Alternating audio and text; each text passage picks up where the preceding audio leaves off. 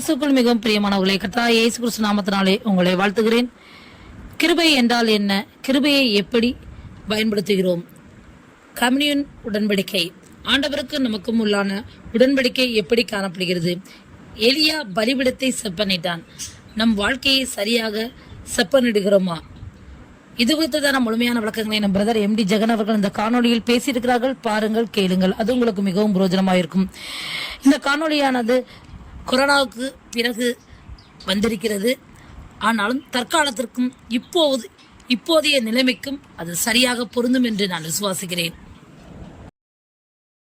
இன்னைக்கு கிருபைங்கிற பேர்ல உங்களை ஒரு பெரிய குரூப் ஏமாத்தி தெரியுது. நீங்களும் ஏமாறாதீங்க.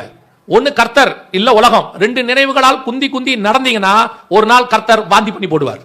ஒன்னு அனல் இல்ல குளிர். பார்க்கிறதுக்கு அப்படியே எல்லாத்தையும் அட்ஜஸ்ட் பண்ணி பேலன்ஸா போனோம். இங்க பேலன்சிங் எல்லாம் கிடையாதுங்க. ஒன்னு பரிசுத்தம் இல்ல உலகம், ரெண்டுலாம் இங்க ஒண்ணு வச்சிருக்க முடியாது. இதை தான் பார்த்தார் ஆண்டவர். கடைசி 20 வருஷம் சபை ஒஸ்ட் கண்டிஷன். உலகத்தாம் மன்ற அரசியல் சபைக்குள்ள இருக்கு.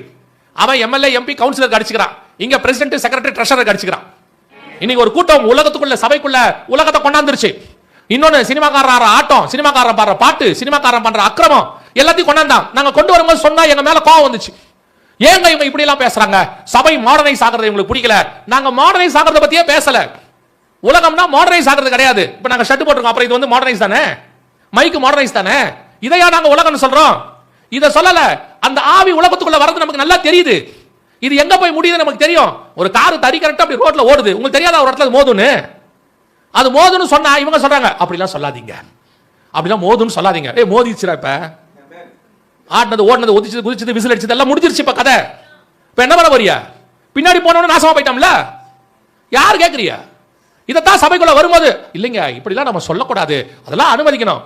போடுறான் ஞாயிற்றுக்கிழமை ஆராதனை ஸ்பெஷல். என்னப்பா, பாஸ்டரும் பாஸ்டர்மாவும் சேர்ந்து டான்ஸ் ஆடுறாங்களாம். போஸ்டர் போறான், பாஸ்டரும் பாஸ்டர்மாவும் சேர்ந்து டான்ஸ் ஆடுறாங்க. இதுதான் சர்ச்சினுடைய ஆராதனையில் சிறப்பு அம்சம். ஆட விட்டு உட்காந்து பார்த்து திரிறான். அப்புறம் சபைக்குள்ள கர்த்தருடைய அக்கினி இறங்காம என்ன செய்யும்? மூடி போட்டார் சபையை. நிறுத்துறான்ட்டார். நீ நிறுத்து, முதல்ல நீ சரி பண்ணிக்கோ, அப்புறம் பார்த்துக்கலாம் எல்லாத்தையும். அவ்வளவுதான். கம்யூனியன் என்பது உடன்படிக்கை. கம்யூனியன் என்னது? கர்த்தர் சொல்றார் இது என்னுடைய உடன்படிக்கையா இருக்கிறது அப்படின்னு சொன்னார். இப்போ நீங்க ஒரு என்கேஜ்மெண்ட் பண்றீங்க, அதுதான் கர்த்தர் நம்ம கூட பண்ணிருக்காரு என்கேஜ்மெண்ட். இப்போ திடீர்னு மாப்பிள்ளை வீட்டுல இருந்தோ பொண்ணு வீட்டுல இருந்தோ ஃபோன் பண்ணி கொஞ்ச நாளைக்கு இதை தள்ளி போடுங்க, இப்போ நிச்சயம் பண்ணது அப்படியே இருக்கட்டும், கல்யாணம் இப்போ வேணான்றாங்க. இப்போ நீங்க என்ன கேட்பீங்க? அவங்கள சொன்னோன்னே என்ன கேட்பீங்க? என்ன காரணம் தானே கேட்பீங்க. இப்போ கர்த்தர் கம்யூனியன் வேணானார், எத்தனை பேர் காரணம் கேட்டீங்க? கம்யூனியன் உடன்படிக்கை தானே, 6 மாசம் கர்த்தர் நிறுத்தினார்ல, யாராவது காரணம் கேட்டீங்களா? கேட்கவே இல்லை. இன்னைக்கு அவ்வளவுதான். ஏன் கம்யூனியன் நிறுத்தினார் ஆண்டவர்? உள்ளுக்குள்ள அவ்வளவு அக்கிரமம் இருந்துச்சு. ஆண்டவர் சொல்றார் நீ நிறுத்து. நிறுத்தின உடனே நியாயமான என்ன பண்ணோம்? தாவீது மாதிரி போய் கேட்கணும், ஆண்டவரே ஏன் எங்களுக்கு நின்னுச்சு?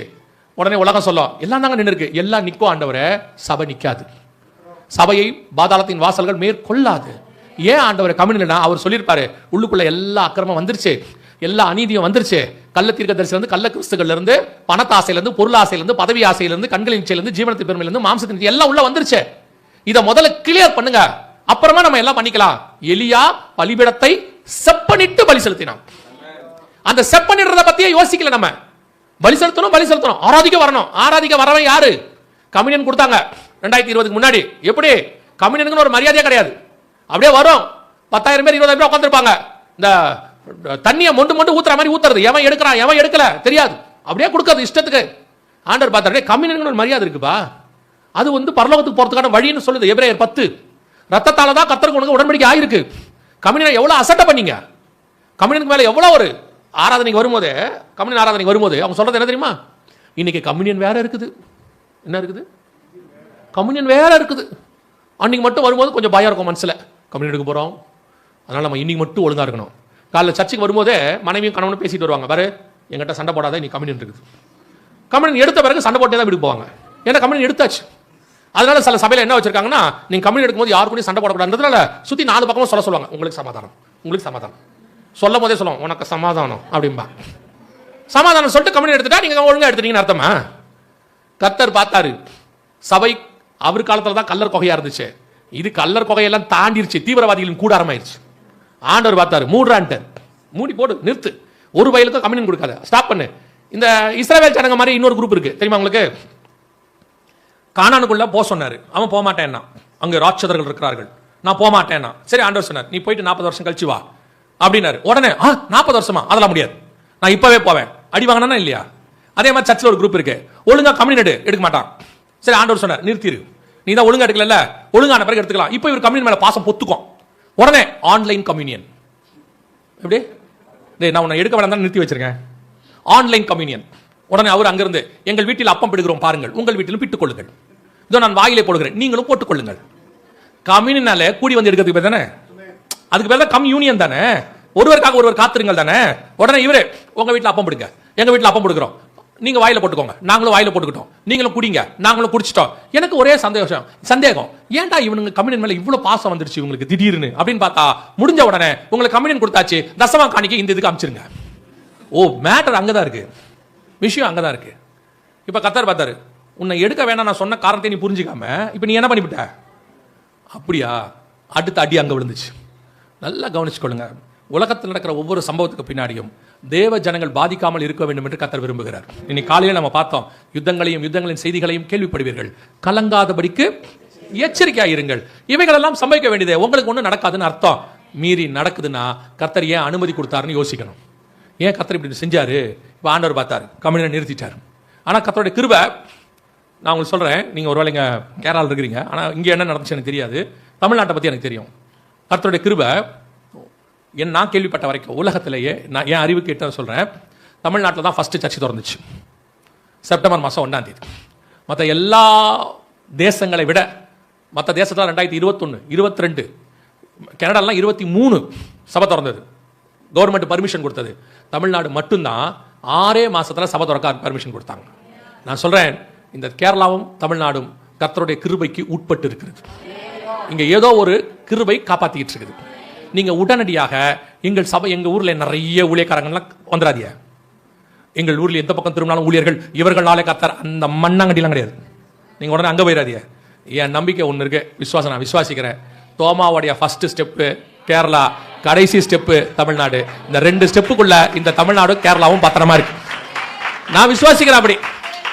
ஆனா இது அப்படியே போவாது, அப்படியே ரொம்ப அக்கிரமம் பண்ணிக்கிட்டே போனோம்னு வச்சுங்க, ஏசுநாதர் ரத்த சின்ன இடத்தை விட்டாரு, அவரு பிடிச்சு கொடுத்துட்டாரு, இதையும் பிடிச்சு கொடுத்துருவாரு. நிறைய பேர் என்னன்னா கிருபை இருக்கு, காட்ஸ் கண்ட்ரினா பிடிச்சு கொடுப்பாரு, இஸ்ரவேலையே பிடிச்சு கொடுத்துட்டாரு. அதனால ரொம்ப கேர்ஃபுல்லா இருக்கணும். கர்த்தர் நம்ம கிருபையாக இருக்கிறார், ஆனா அதை காப்பாத்திக்க வேண்டியது நம்ம பொறுப்பு. அல்லேலூயா.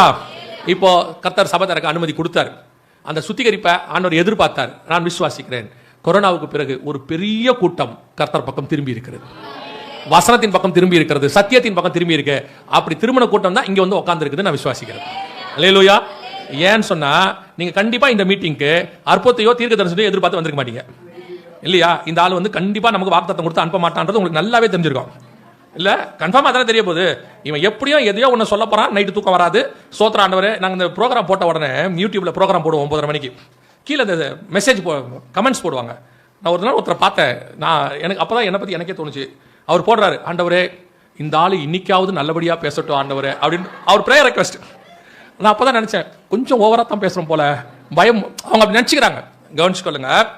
நீங்க இப்ப நான் உங்களை பார்க்கிறேன், நீங்க சத்தியத்துக்காக திரும்பின ஒரு கூட்டம் இல்லைன்னா நீங்க கன்ஃபார்மா வந்திருக்க போல. நான் விசுவாசிக்கிறேன், இதே மாதிரி ஒரு பெரிய கூட்டத்தை உலகம் முழுவதும் கர்த்தர் உருவாக்கி இருக்கிறார். கொரோனாவுக்கு பிறகு இது நடந்திருக்குது. இப்ப கர்த்தர் திறக்க அனுமதி கொடுத்தார். இந்த காலகட்டத்தில் இது ஸ்பிரிச்சுவலி சபைக்குள்ள நடக்கிற சம்பவம். வெளியே சில சம்பவங்கள் நடக்கும்னு ஓசியாவிலேயே அவர் ஆண்டவர் சொல்லியிருக்கார். வாசிங்க.